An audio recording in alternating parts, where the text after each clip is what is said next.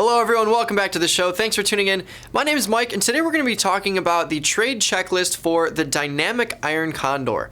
So when we talk about a regular iron condor versus a dynamic one, with a dynamic one we're really looking at the deltas in the strikes as opposed to making it equidistant. And especially when we have environments like this where there's a lot of volatility happening and specifically volatility skew, it's going to give us the ability to get truly delta neutral because we're actually placing the strikes based on the delta values of each of the strikes as opposed to keeping it equidistant. So let's go on to the first slide and we'll talk about a quick overview of it and how we're going to think of it.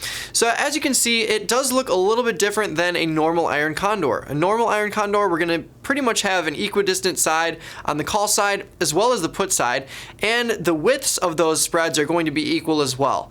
None of that is true for the dynamic iron condor. In fact, it ultimately ends up being pretty skewed like you see here.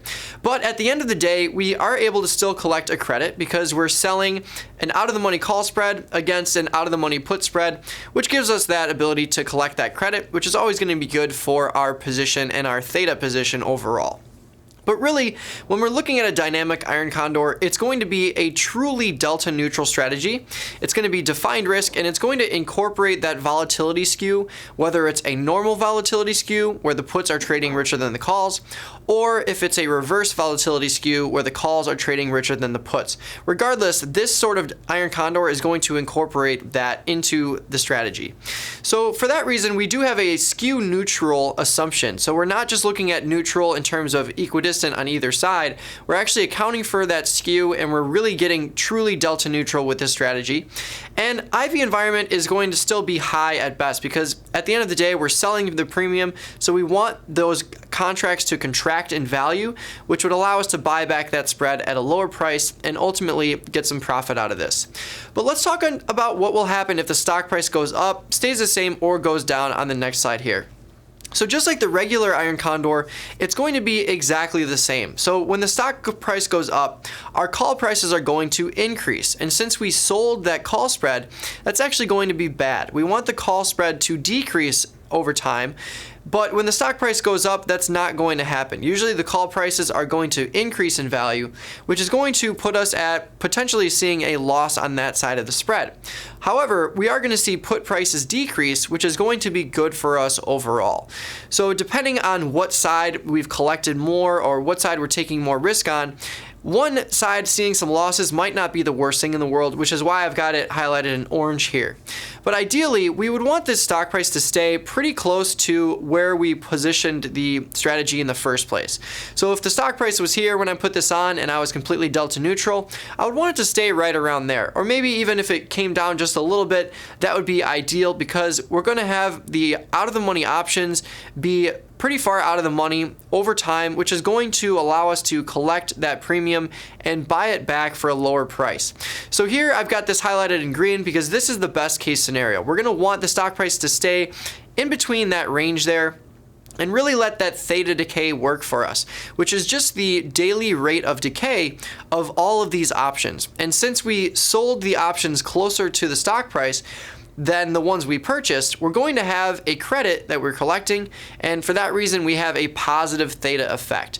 So every single day that passes by where the stock price stays in this range, we should see this spread lose value over time as long as implied volatility does not increase very much, or as long as the stock price doesn't drastically go towards the put side or to the call side. So ideally, the stock staying the same is going to be the best case scenario. However, the stock could also go down, which is also going to put us in this orange area because the put prices are going to increase, which is going to be bad for the position, but our call prices should decrease. So if we see the stock price go down, these calls are going to be even further out of the money, which is going to reduce their value. Now, depending on whether implied volatility spikes up very high or if it stays around the same, if implied volatility spikes up, we might see a little trouble with the call side losing value, but if it stays the same, then we should see these options lose value, which is going to help offset any losses we would see on the put side. So just like a regular iron condor, there are a few things that we want to talk about, and we're going to give tips on the next slide here. So the first thing we want to talk about is that break-even calculation. So the break-even is just going to be the same as a regular iron condor. All we're doing is looking at the short call strike and the short put strike, and we're measuring the break-even from there. So since we're collecting a credit, our break-even is always going to be improved. So whatever total credit I received, let's say I received $1 for this strategy, and let's say that this was a 75 strike call. So if I received $1 and that call strike is 75, my break-even to the upside would be 76. All I'm doing is taking that short strike and adding the credit, because that's where my break-even is going to be improved. Now let's say that put strike is a 60 put strike. We collected $1 overall, so all I would do is subtract the credit, which would improve my break-even to the downside. So all I would do is take that 60, subtract $1, which gets me to 59. So in this example, I would have a break-even to the downside of 59 and a break-even to the upside of 76. So really what we need to focus on when we're looking at break-evens and max losses is the fact that these strategies are not going to be equidistant. So if I have an iron condor that is 5 points on the upside and 5 points wide on the downside, where if I've got a 75 strike here, that would mean I would have an 80 strike call here. And on the downside, if I've got a 60 strike put, that would mean I would have a 55 strike long put. Both of those spreads are 5 points wide. So the loss that I can incur is going to be equal on each side. So if I'm collecting $1, if the stock price blows through the call side, I would lose $4. If the stock price blew through the downside, I would lose $4. But with these strategies, we're going to have these calls and these puts are going to usually be asymmetrical. So we're not going to have the same spread width on either side, as you can see in this image. So what's really important to realize is that our max loss isn't going to be equal on either side. If this call spread is only 3 points wide and I've got a put spread over here that's 6 points wide, I have to realize that if the stock price goes down, I'm going to see much more losses on the put side than I would see on the call side here.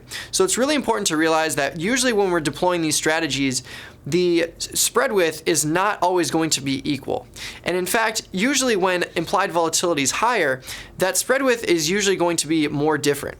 A higher skew is usually going to be in place, and for that reason we would usually see a higher implied volatility environment give us something like this. In a lower IV environment, maybe there would just be a one strike difference, but in a high IV environment, as you can see, especially with a normal skew where there's a lot more opportunity to the downside for things to go wrong, we're going to see these options have higher probabilities on the put side because of the value there.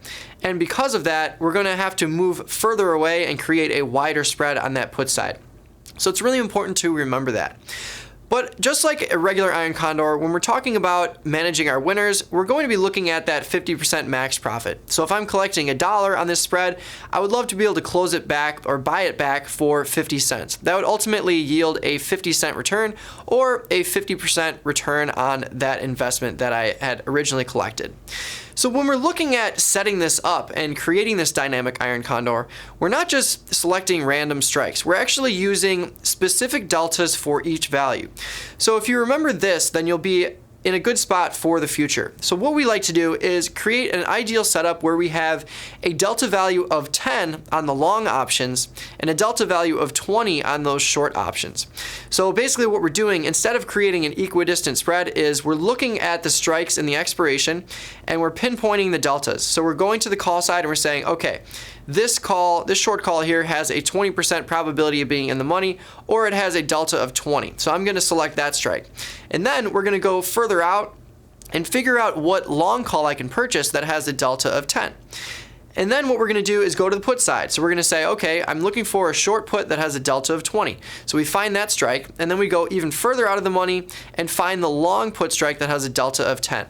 So if you remember this 10-20, 20-10 situation for setting up these dynamic iron condors, that's really what we're looking for. And when we do that, we're going to really get that truly delta neutral strategy, because we're going to have a short delta here of 20, a long delta here of 20, and a long delta here of 20 and a short delta here of 20, if you imagine this being the put side and that being the call side. So as we're looking to hone in on those deltas, we're actually going to create a very delta neutral strategy. But as of course, delta can always change, so we might have to manage it throughout the life cycle to continue to have that delta neutrality. But let's wrap all this together with some takeaways for you. So the first takeaway is, again, this is a truly delta neutral trade. As opposed to a regular iron condor, when we create a dynamic iron condor, we're actually looking at those deltas. So instead of just creating symmetry on either side, we're looking to capture that delta neutrality. And also, it does account for that volatility skew. So when we have a symmetrical iron condor, what we'll find, especially with a high skew market, is that even if we have some symmetry on either side, we're usually going to see either a short delta or a long delta, just slightly. So if we make this a dynamic iron condor, we're actually going to be able to hone in on that 0 delta value. We're still going to close the trade at 50% profit, assuming we have a high enough credit. If I sell something for 30 cents with 4 legs, I might not be inclined to want to buy that back for 15 cents because I'm just racking up commissions, which is not what I want to do. So as long as we're collecting somewhere around $1, that's usually the point at which we would be able to buy this back and still be able to clear commissions on this trade. And again, for that ideal setup, think about that 10-20, 20-10 situation and setup for the short put spread and the short call spread. So again, we're looking for deltas of 20 on the short options and deltas of 10 on the long options. And if you're looking for defensive tactics, you can just refer to my previous whiteboard, which was the 3 iron condor adjustments. Even though this is dynamic, the application is still going to be the same in terms of what we like to do when we're defensively managing these strategies. So check that out if you haven't seen it. Thanks so much though. If you've got any questions or feedback, shoot me an email here, or you can follow me at DoTraderMike. Stay tuned though, we've got Jim Schultz coming up next.